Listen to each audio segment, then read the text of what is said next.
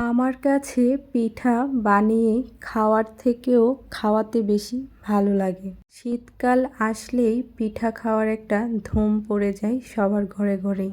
আজকে আমি শেয়ার করব বাফা পুলি। প্রথমেই দেখে নিয়েছেন এখানে আমি পুরটা আজকে কাঁচা নারকেল আর খেজুরের গুড় দিয়ে ভালো করে মাখিয়ে নিয়েছি। কাঁচা নারকেল আর খেজুরের গুড়ের ফ্লেভারটা ভালো আসে এভাবে করলে। আপনারা চাইলে পুর হিসেবে জাল করেও করে নিতে পারেন, তবে আমার কাছে এভাবেও খেতে খুব ভালো লাগে। খামি থেকে ছোট ছোট করে বলের মতো আকৃতি দিয়ে হাতে নিয়ে গোল গোল করে একটা বাটির মতো রেডি করে নেবেন। তারপর সেখানে আপনার পুরটা দিয়ে ভালো করে সিল করে ইচ্ছে মতন ডিজাইন করে নিতে পারেন। আমি এখানে 2টা ডিজাইন দেখিয়েছি। তাছাড়া এখন বাজারে এগুলো সাজ কিনতেও পাওয়া যায়।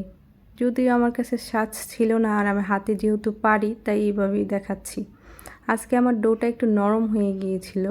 আপনারা অবশ্যই চেষ্টা করবেন ডোটা যেন না শক্ত না নরম হয়, তাহলে পিঠা বানাতেও খুব ভালো হয়, সাথে দেখতেও খুব সুন্দর ফিনিশিং আসে। তারপরেও আমারটা খারাপ হয়নি, মোটামুটি ভালোই হয়েছে। আমার এখানে এক এক করে সবগুলো পিঠা বানানো শেষ।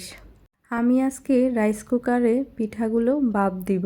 রাইস কুকারের যে ছাঁকনিটা আছে ওটাতে অবশ্যই তেল ব্রাশ করে নেবেন, কেননা আপনি যখন পিঠাগুলো দিবেন সিদ্ধ হওয়ার সময় লেগে যাওয়ার সম্ভাবনা থাকে। আর তেলটা ব্রাশ করে নিলে তাহলে পিঠাগুলো লাগার সম্ভাবনা থাকে না। আমি আগেই এখানে রাইস কুকারে পানি গরম হতে দিয়ে দিয়েছিলাম। 10 থেকে 15 অথবা 20 মিনিট সেদ্ধ হয়ে গেলে এভাবেই নামিয়ে সার্ভ করে নিতে পারেন।